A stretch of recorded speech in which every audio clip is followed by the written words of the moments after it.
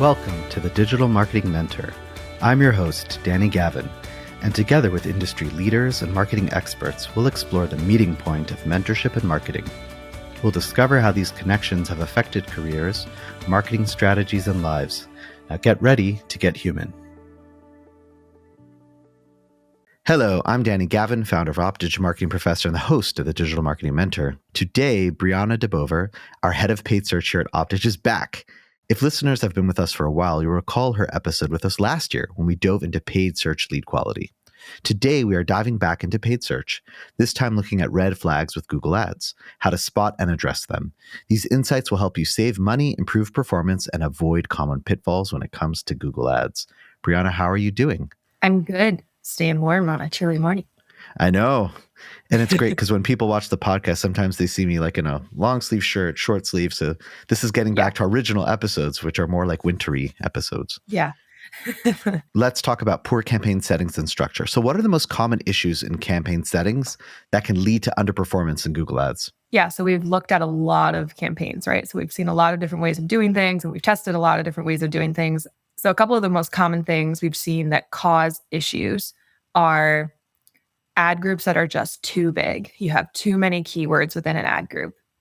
And what that can cause is, first, you don't have data segmented in a way where you can really optimize. If you have all your data in one ad group, it's kind of like a big murky pit, and it's a lot to weed through. It's hard to make good optimization decisions. But also, if you have a huge ad group with a ton of different keywords, there's no way all of those keywords are like perfectly relevant to the ad that's being served.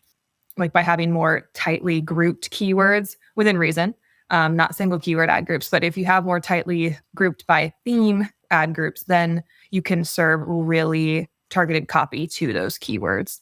So that's a really common thing I see within like the structure. It's also match type can be a really common issue, especially if you're overusing broad match.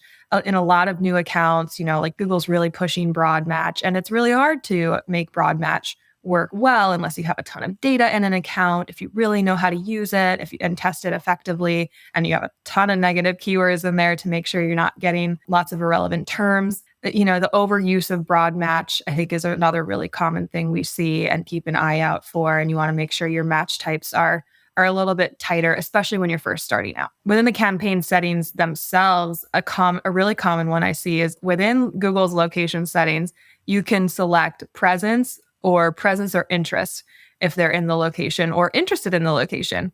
And this, like if the default setting, if you don't go in and switch it, is you can show an ad to your targeted location if somebody is there or is interested in that location.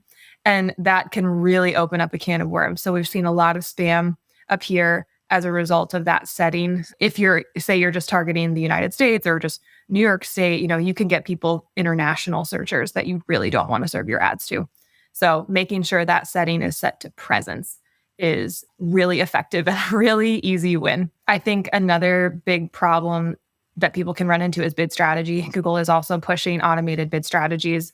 And depending on the phase of the life cycle that your campaigns are in, different bid strategies make sense. And so, with automated bidding, you really need data in the account to make it work. You really need to have a lot of conversion volume. And then moving to automated bidding can work really, really well. But if you start out with automated bidding or you move to it too early, that can totally kill campaigns. The algorithm can totally get off track. Just being careful.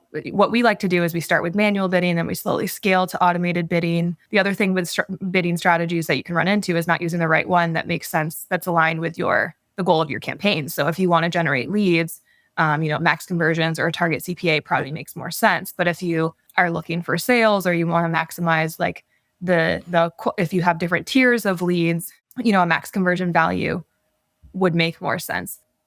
And getting to these places is hard, and you have to use a tiered approach, but making sure your bid strategy is aligned with your goal is really important. That's something to keep an eye out on in your campaigns. Sometimes where budget is allocated doesn't make sense. Sometimes a lot of people just put everything in one campaign. For example, like we were talking about one ad group, and what that can do is like, okay, the budget is spread across everything. Doesn't matter if it's high performing, low performing.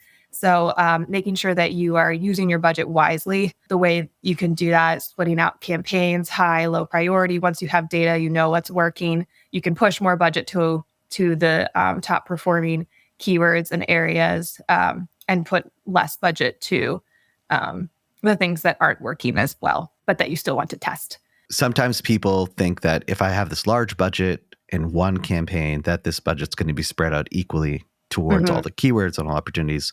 But what people don't realize is that whatever's hot at the moment is going to take up most of it, and you may not get enough budget to share with everything else. So it's important to, depending on what's happening and what's working, but separating that budget over multiple campaigns can really be helpful. Yeah, and that's why it's important. Like, that's why our jobs are so important. The algorithm can go in the wrong direction, and it's important to have a human in there to say, "Hold on, we need to coach you in the right direction and into and spend on what we want you to spend on." So mentioning about ad groups with lots of keywords, let's dig in there a little bit more. How can poorly structured ad groups and keyword lists lead to inefficiencies, and what steps should be taken to fix this? So I think the most important thing with inefficiency that we should start with is negative keywords. Negatives are so important no matter what match type you are using. The algorithm will show for things you don't want to show for. We primarily use phrase match, which gives Google a little bit of room to go out and say, okay, if you're bidding on this term, we're going to bid for something similar and relevant, but not exact. And still having negatives in there is so important for making sure you're showing for things that are relevant and you're not showing for things you don't want to spend money on. So that's where your budget can get really inefficient really fast, is Google will be, if you're not checking your search terms and you're not adding negatives on a consistent basis, Google will be spending your money, willy-nilly. So that's really important with making sure your budget is efficient. Making sure you have IP exclusions in there. We frequently use, one, you want to exclude your own IPs. So if you have people working on it, you want to exclude your IP addresses so you're not charged for those ads. Another thing we use consistently is ClickCease, which is a nice third-party software that you can add to your ad account that, based on certain criteria that you set, blocks IPs that are bot-like. It kind of detects bot-like behavior and blocks those IPs from your ad account, which really saves costs from not getting those clicks. I think another thing is, if you have a demographic that you you really don't want to show to, so making sure you're excluding those. For example, if you have a product or a service that is more tailored to women, make sure you're excluding men. If you know that the income levels make, your product isn't necessarily tailored to somebody in a super high income bracket, then making sure you're excluding those things can help make sure you're just showing to the right audience right off the bat. So when we talk about negative keywords and how important they are, obviously there's the life cycle, right? When you first start off a campaign, you're going to get a lot of queries that don't match. Over time, things get better, but doesn't mean it's never over. So what do you recommend people to do when it comes to analyzing that search query report and looking over for negatives? Is there a certain cadence? How would you recommend it? So it genuinely depends on how much data you're getting into the account and how much time you have to invest in it. I think if you're doing it right and you're getting, a reasonable amount of traffic, in the beginning, you're looking at your search term report every few days, once a week, and then you can get on a bi-weekly basis. And then once things get really clean, I have accounts that have thousands and thousands of negative keywords in there. Once you get to that point, you can look once a month. You can rest assured your things are pretty clean. You're still going to catch things, even if you have thousands and thousands of negatives in the account. So you still have to do it. But in the beginning, it's important to catch things right off the bat, especially with new accounts. Google can say, "Oh, this is a great query for you," and spend a ton of money on it without you knowing. Do you have any opinion on adding a lot of negatives before you even start a campaign, or potentially waiting and seeing what comes through and then adding the negatives? Absolutely. Start with some negatives. So the way I like to start is, first of all, there's usually the client or you as a business owner know we don't want to show for certain things. So make sure those things are negative. The second thing I do is when I'm doing keyword research, you'll see a lot of queries that Google might show if you're bidding on a similar term.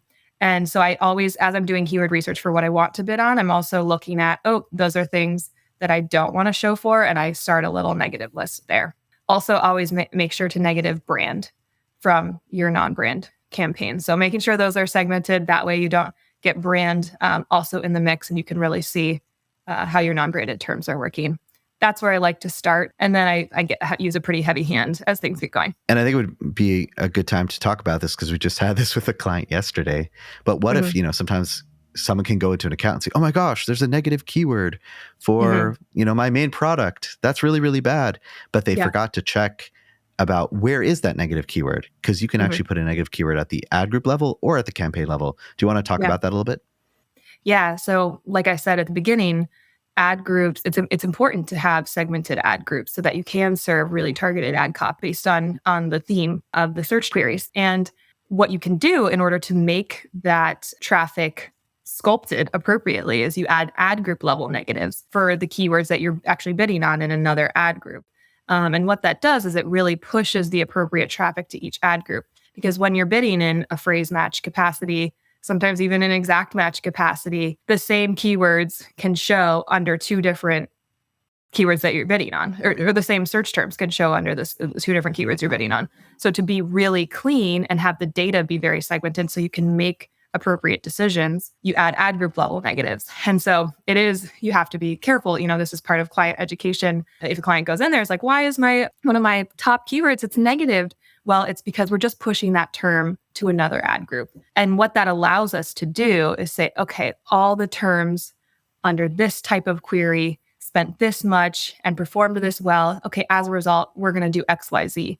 If you have other types of terms murkying the waters, you're not going to be able to make a really good decision. That's why I definitely also start with ad group level negatives, because we're going to have, nice ad groups and sculpt that data as best you can. And then that's also a consistent thing you have to watch. Cool. So let's pivot over to low quality. Why is a poor quality score a significant red flag, and what factors contribute to this issue? Quality score has a few components. It's the relevance of your ad to your keyword and to your landing page. It also involves the experience on the landing page. So, if the page is loading well, Google kind of assesses if it's a good experience for the user or not, and expected click-through rate. So, Google can kind of estimate, okay, is your ad strong enough? You're going to get a high click-through rate. So all of those things influence the quality score. And when you're getting a low quality score, the first thing I'll say is sometimes it's hard to get a perfect quality score across the board without doing, like single keyword ad groups and a different landing page for every single keyword, which isn't efficient for your time and not necessary.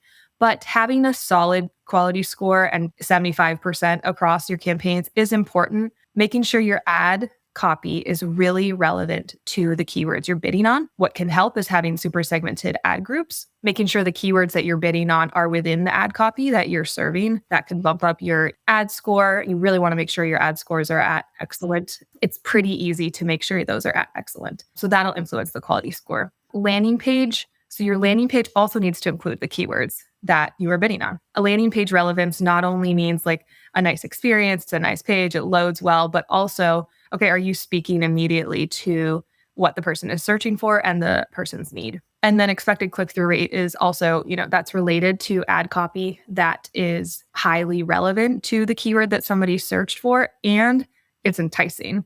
So part of ad copy is also, are you highlighting the benefits? Why does somebody want to click through? Making sure those things are front and center. And then if those things are good, you'll have a high quality score, and Google will also favor you in the algorithm. So Brianna, it seems a little bit of a dichotomy, because on one hand, we don't want to have single keyword ad groups. That means just an ad group with one keyword. But on the other hand, we need to have an ad group that's tight enough that the keywords in there generally show up in the ads, are on the landing page. So how do you know what's too big, what's too small when it comes to an ad group? So I think the sweet spot is like 3 to 7 keywords in an ad group. Now, that's not a hard and fast rule. There are always exceptions, and you always make exceptions based on the data. So if the data is telling you, I really think these 2 keywords should be alone in their ad group, or these keywords are doing way better when we have 10 keywords in an ad group, that's using the data to lead you to those decisions is okay. But in general, I find the sweet spot is 3 to 7 keywords is about how many will lead to a tightly related, and just making sure that you don't want to have single keyword ad groups, because Google is doing better these days with more data consolidation. Having more keywords in there actually gives Google more data points to be successful. So when moving to more broad match, especially when you're moving to more automated bidding, would you say that then there's room to add more keywords to a group, or does it really not make a difference? Yes, and it just depends. So it depends on how your campaigns are performing. So I have one account right now that is performing well, and we want to start testing broad match. And there are a couple of different ways you can do it, but we've decided, the keywords really do well in more of a consolidated approach. So we're going to add those broad match keywords within the ad groups. That's how we're going to start testing broad match. Another way you can do it is like having a total broad match campaign.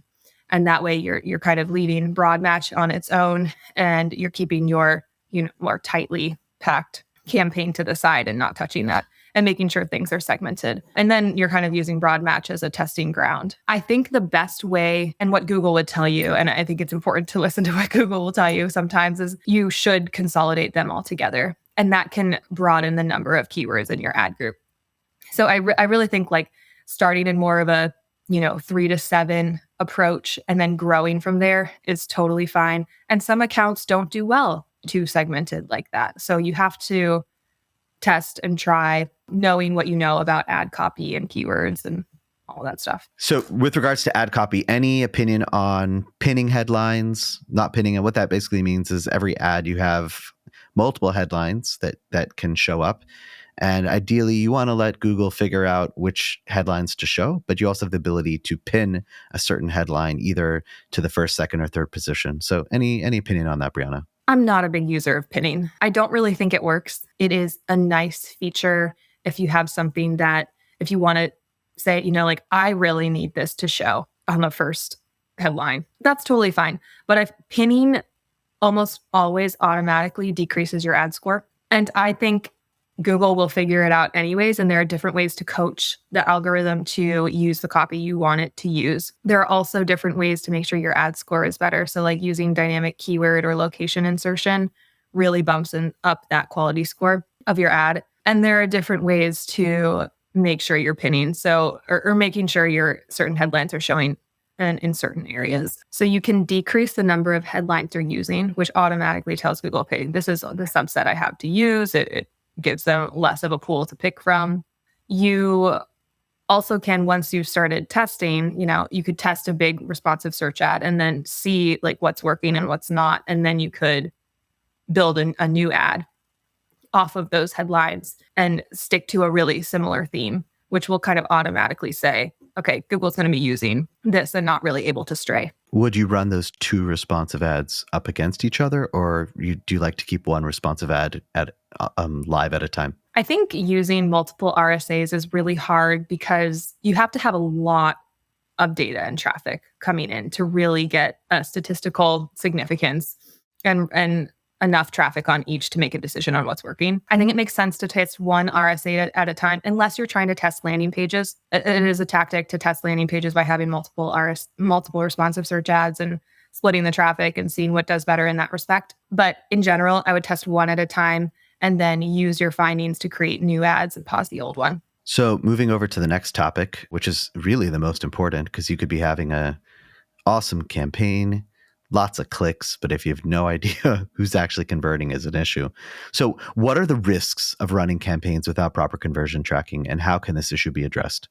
Oh, what aren't the risks? It's like you're spending money and you have no idea what it's actually getting you. And you could be on the back end, being like, wow, like I'm getting more calls or I'm getting more sales, but there's no way to actually tie that stuff back to your campaign unless you have appropriate conversion tracking. Without conversion tracking, you also have almost no way to like effectively optimize a campaign. So you don't know what keywords, ad groups, ads are performing and what aren't. So you're going to be kind of flailing in there when deciding what to do. It's a kind of the most important thing. We won't run campaigns without it. So have you seen accounts that have no conversions at all? Yes. I've also seen accounts with conversion tracking is set up incorrectly and they don't realize. That's usually the more common issue. So they think they've set it up, but it's actually tracking the wrong thing, or it's not an effective conversion to track. A page visit usually isn't an effective conversion, but a form fill is. A button click usually isn't, or an email button click, but a phone call is a phone call that's, at least 60 seconds. So I think that's the more common pitfall. People don't usually know to set up conversions, and they have some way to figure that out, but it's harder to make sure they are the right conversions. So what are the steps that people can take to set up accurate conversion tracking? Conversion tracking is complex, but making sure you have a tag manager account can make it really simple. Google will walk you through it. If you're in Google Ads, Google will help walk you through it, and you can install it in a variety of ways, and using Tag Manager is really how we recommend doing it. Google also has a tag team that's not available to everyone, but if you're spending a certain amount of money and you have a Google rep, you can get help from the Google tag team to set that up. It's a toughie, but there are resources out there. And this is where Optidge's expertise really comes in handy. So you have two options when it comes to conversion tracking. You can either use Google's tags, or you could set up the conversion or goal in Google Analytics 4 and then import it in. Do you have any opinion on that, on which one is better, or using both? Now that we're fully transitioned over to Google Analytics 4, both work well. For a long time, while the transition to the new Google Analytics was in progress or not fully vetted, we stuck to Google Tag Manager. And now both work well. A great thing you can do is set up both. Set one as primary, set one as secondary, and compare them to see that if they're pretty much aligned, you're good to use either.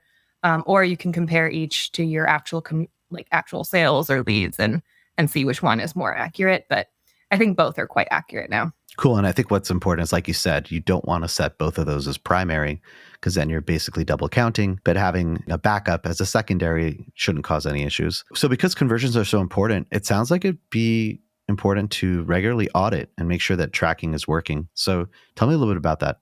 Yes. This is part of monitoring an account is monitoring, do my conversions make sense?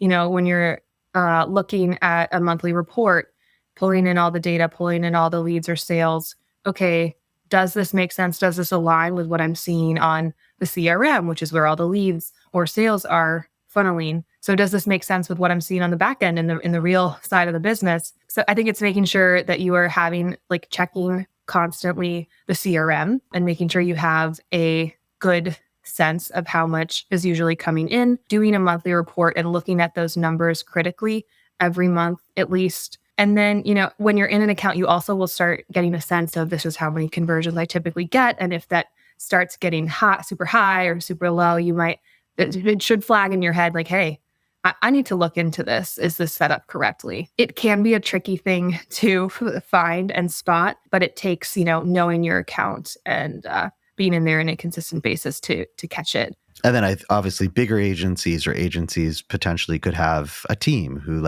all they do is monthly or quarterly check these conversions just to make sure they're okay. But I think, like you said, if you are in your account and you really know what's going on and you're checking the CRM, or if it's e-commerce, your e-commerce store, and you're able to, you can feel when something is off because, like you said, the numbers are either too high or too low. Yeah. And having really good dialogue with the client. Every meeting you're talking about, okay, talk to me about the leads or the sales. How are you feeling about the volume? And it's important for clients to also say, hey, I'm feeling like this might be a little bit lower or higher than usual. Why? And that also helps spot issues.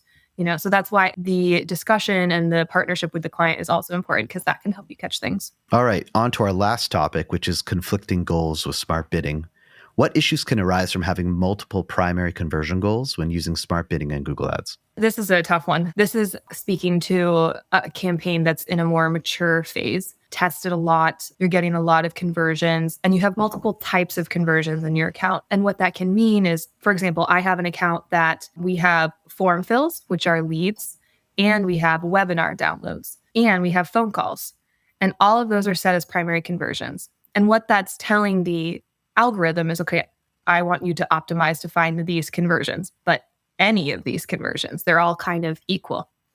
And what you want to do is, as you start to assess which conversions are more valuable, is assigning values to those. Then as you get further down the road, the best thing to do would be get to a maximized conversion value bid strategy. What can happen is when you're just on, if you have multiple primary conversions and you're on a max conversions or a target ROAS, like TCPA bid strategy, Google's just saying, okay, all of these conversions are equal. I don't know which one is better or worse.